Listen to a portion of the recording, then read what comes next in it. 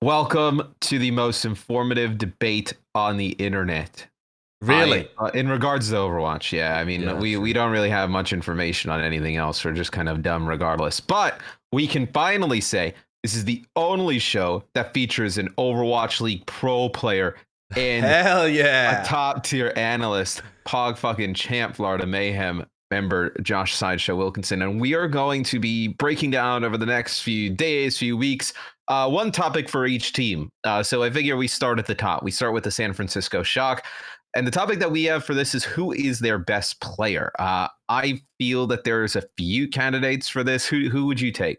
I think this is an interesting one, honestly, because for me, the Shock isn't really a team that's carried by individual talent. I know that might sound a bit weird, but when I think about the Shock's tank line, the support line, the DPS line, there are other players in the league that can outperform them at times. Like, they aren't a superstar roster in the most strict sense of the term. Yeah. They've been leaning a bit more into it. With like Ants has been super flashy as well, but would I really say he's their best player? No, I don't think so. You know, the guy's come straight out of ranked.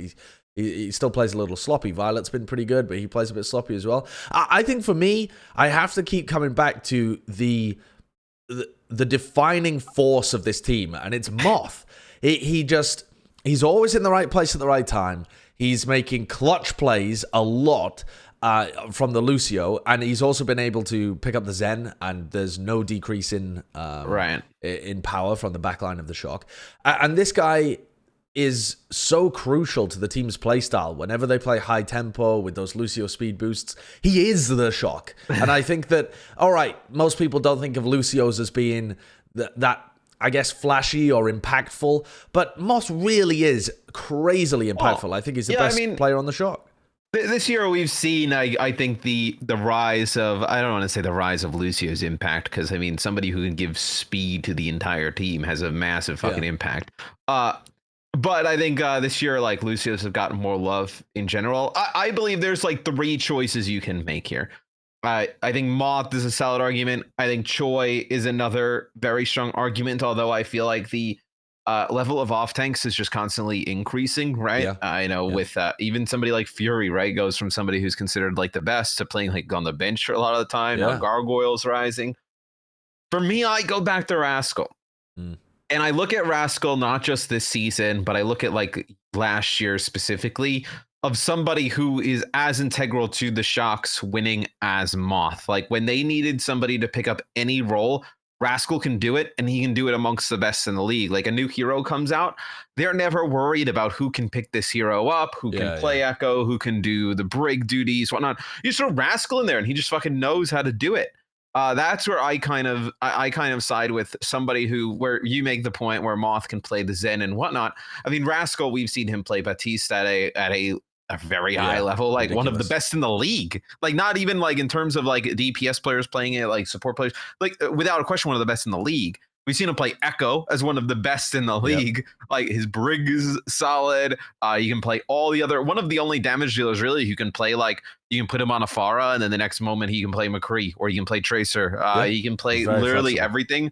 I believe how Moth kind of with a support line with his flexibility, you wouldn't have the same team. I believe the same for Rascal, that if you didn't have that flexibility and that level of flexibility in terms of like quality of play, you couldn't get away with shipping Architect to Hangzhou, having Sinatra retire, putting in Ans who just walks off the street and come to play. I just don't believe you can get away with it without Rascal. I think that's a great point, and I think Rascal's a fantastic player. For me, the point that you made about Architect now being traded away and Sinatra retiring, it puts so much more pressure on Rascal. And so once we start to diverge away from the Echo meta, where you're absolutely correct, this guy picks up new heroes like nobody else in the world. Yeah, and that's been the case ever since new heroes were first released. Like when Sombra first came out as well, the guy was tearing it up in Apex. So he just seems to have an intuitive understanding of brand new heroes. But once we get away from the Echo... Gotta get an Apex in, dude. Gotta get an Apex. That's for my boy Wolf. That's for all you hardcore fans out there. Yeah, we were there.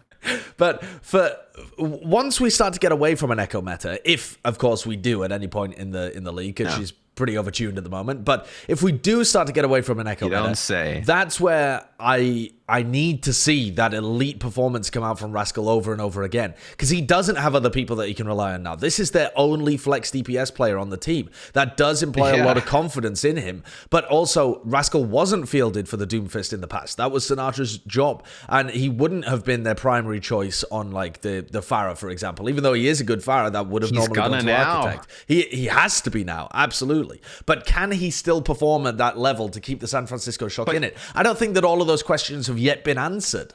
No, and there are questions around Moth and like his kind of status moving forward. Like if there was an Ana Zen meta, does he get played, or do you play Twilight and Violet? True. Like there's a lot of kind of up and down fluctuation with this team. For me, with these two players, for me, the Moth and the Twilight Violet kind of question of Twilight coming into the team. Okay, that seems to indicate that if you want to play like Zen Batiste, it's a very, very strong backline. If you wanted to run double shield compositions, we've seen a lot of people run it. So Violet's an amazing Batiste. You never want to take him off the Batiste.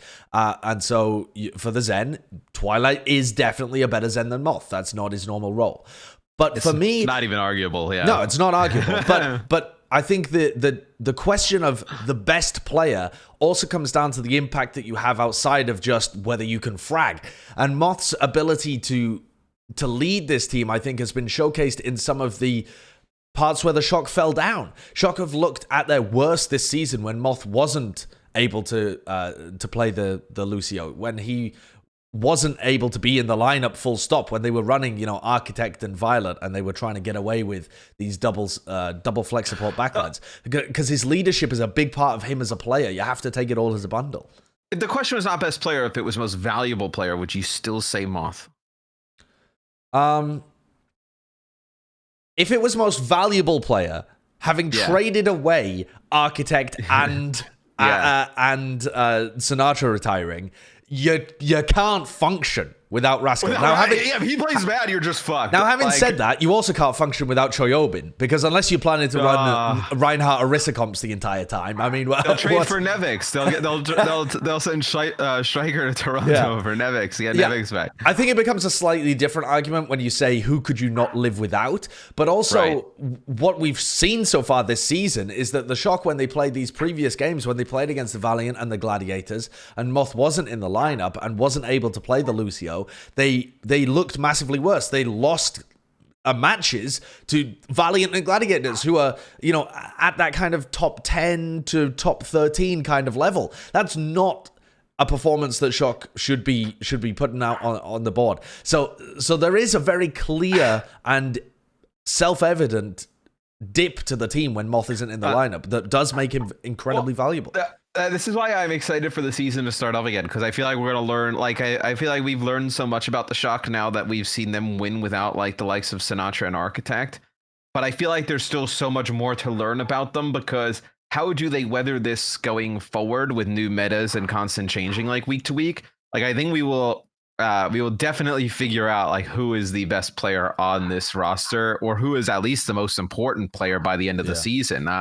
Like I think we both mentioned, like, Rascal has the burden now of playing everything, pretty much, and they're not even playing everything and kind of being a bystander, like almost like playing everything, but then also being like the carry in terms of like damage and being the team captain as well, because that's what Krusty has said publicly, is that he's trying to take Rascal.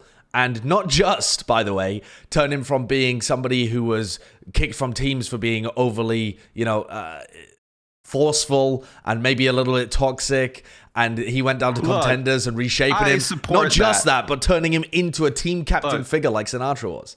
This is probably bad advice on being a teammate, but I'm going to give it anyway. Okay. If your teammates suck and you're better than them and they're just not putting in the effort, it's not toxic when you let them know.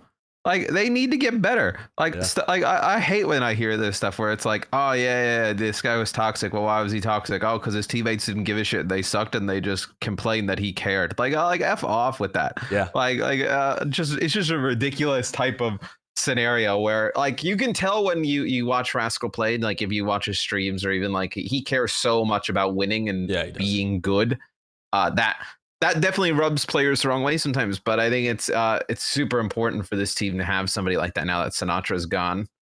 Yeah. And if Rascal can live up to the expectations that have been put on his shoulders in the second half of this season, he will be their best player. If he actually steps up to the task that he's been given, that title will be his. It's a whole other conversation, but if he lives up to that and they continue to win, he has a real argument for MVP.